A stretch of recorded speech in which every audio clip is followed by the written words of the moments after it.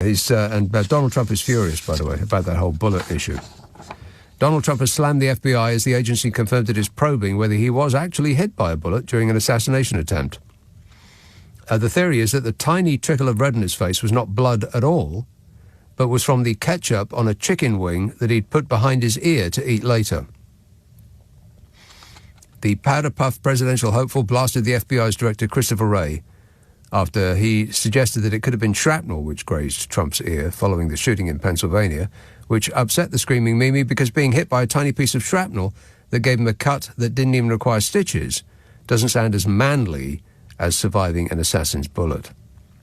He got a cut that most men would put a piece of toilet paper on if they did it shaving, and he's coming across like he's John Wayne and Clint Eastwood combined.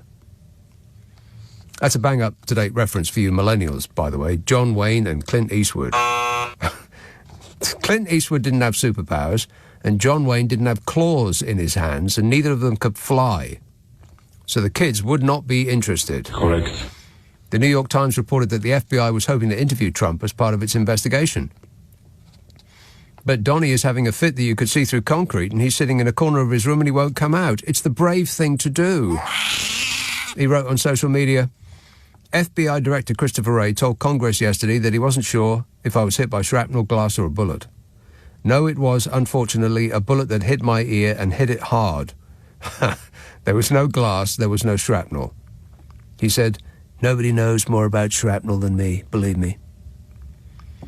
He said Secret Service detail thought it was over when I went down because a lot of blood was coming after my ear was grazed, said Donald Trump. No, not a lot. The tiniest amount. Most people have worse of that than that from a paper cut.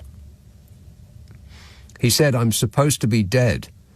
The most incredible thing was that I happened to not only turn, but turn at the exact right time and in just the right amount, he said.